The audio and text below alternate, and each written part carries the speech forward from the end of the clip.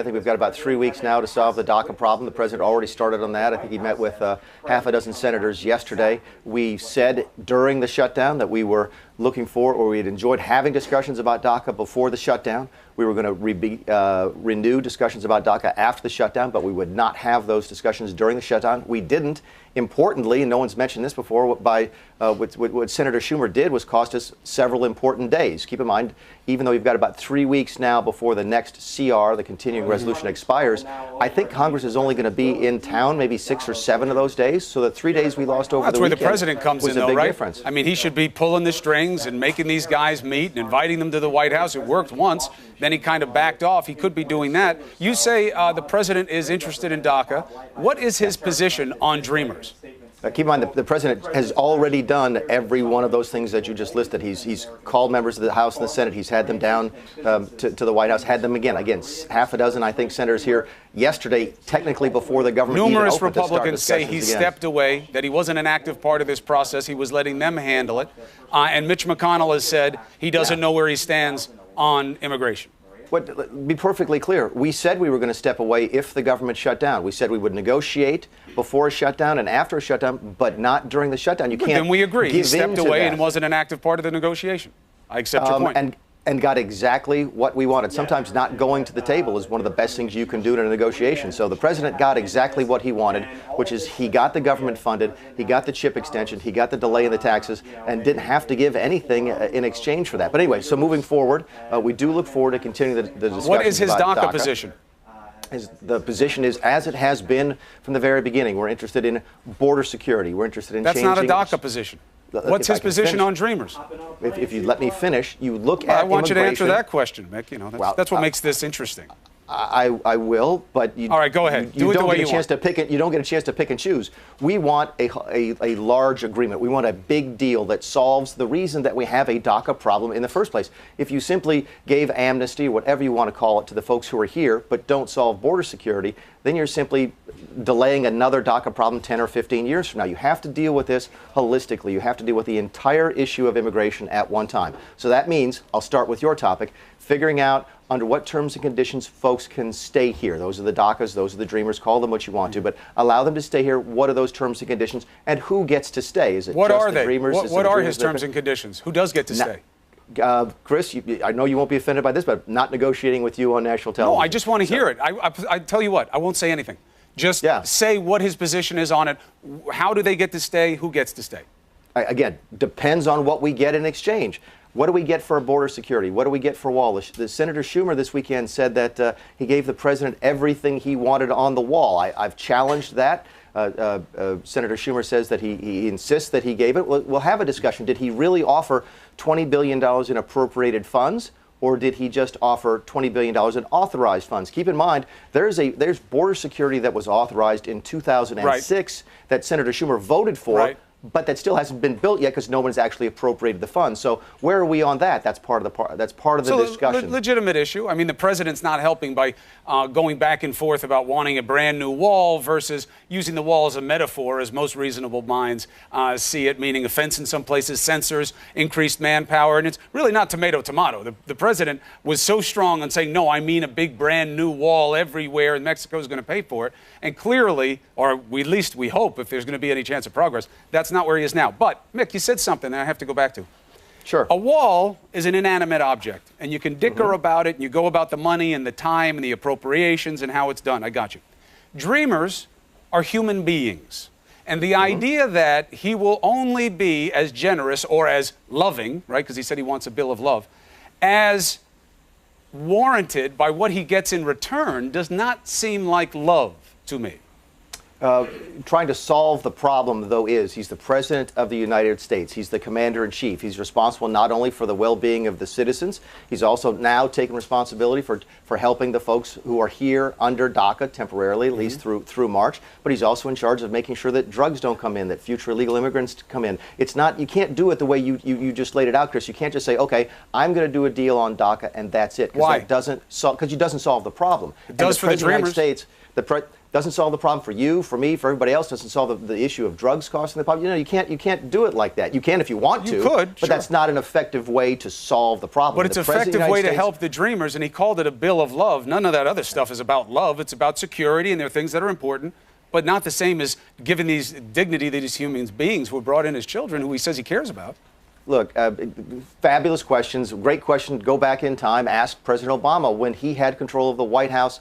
60 votes in the Senate and the House. Why didn't they solve illegal immigration? Why didn't they deal with the Dreamers? But he did the ban? executive action to protect the Dreamers because the rest of you guys couldn't get it done.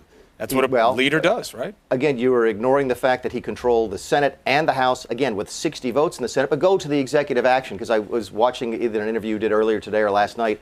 The executive action was illegal. I know you said that it wasn't determined to be illegal. But it never finished that process. The deferred action against parents was determined to be illegal by the courts for the same reason but the that litigation DACA wasn't would have finished. been. But if the president had allowed the litigation to go forward and the courts had undermined or had overturned DACA, it would have been instant.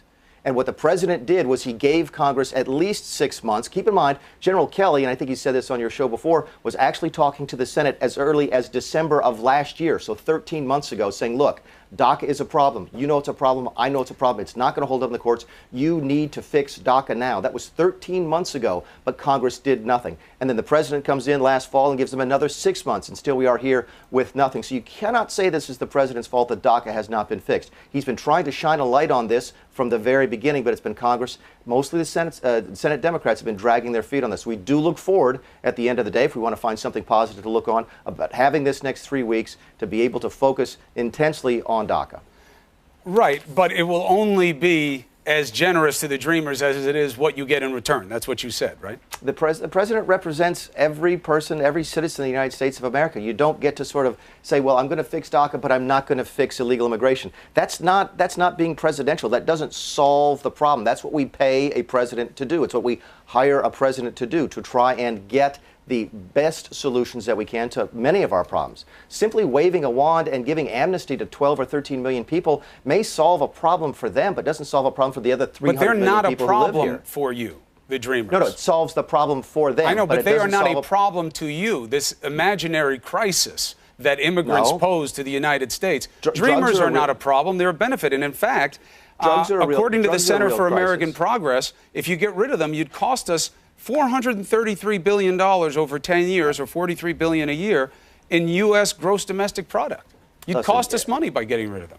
You're not going to get me to disagree on the value of legal immigration. Illegal immigration is a different topic, and I'm not going to debate a Center for American Progress report on your show. Come on now, that's not even. You don't believe the numbers?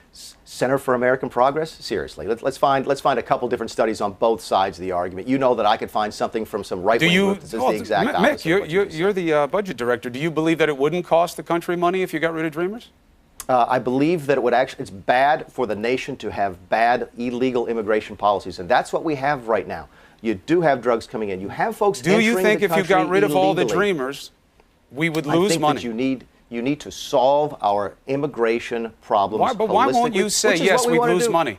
Why? What's wrong with that? Why not say something that's positive about these people? Why can't you do it? Let me ask you a question. Why won't you just agree that we need to have a holistic immigration solution so that we don't have this problem, so that your kids and my kids aren't having this same debate 25 years from now? What's wrong with that? What's wrong with it is that you're lumping in something that is an exigency with a human cost right now with things that are not on that same sphere of importance. The border matters, but you guys talk as if it was wide open. It isn't wide open.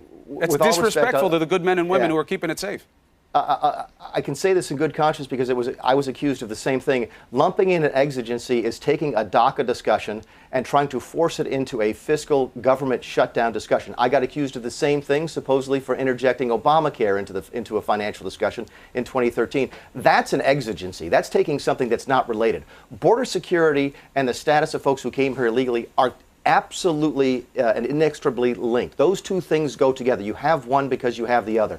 Taking DACA and forcing it on whether or not we're going to pay the troops or the federal workers for a week, that's an exigency. But that didn't have to happen either, right? The Democrats offered to put something on the floor to keep the military paid, and McConnell wouldn't put it on the floor. What about that? Actually, well, those were a bunch, and you and I both know those were a bunch of procedural motions that both sides objected to. Mr. McConnell asked for a quicker consideration instead of waiting till Monday. We could have opened this government, by the way, even after it closed, as early as Saturday night or early Sunday morning. But we've not talked about this. I absolutely believe there was some political motivation to deprive the president of that opportunity over his anniversary weekend, his first year in office, of the ability to talk about all the successes the administration has had in the first year. But they denied the ability to do that. I think that was a political motivation. But certainly there was a bunch of different votes. There's always political motivation in a shutdown. It was the same with you guys in 2013. You had a senator reading Green Eggs and Ham on the floor of the Senate. It was all about politics. Let me ask you something. The difference, though, this time is, Chris, we won this time. Well, if you see it as winning, getting 16 days and this incredible dysfunction of back and forth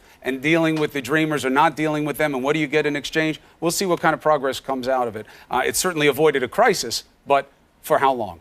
One bill or two? One bill or two? What are we going to get?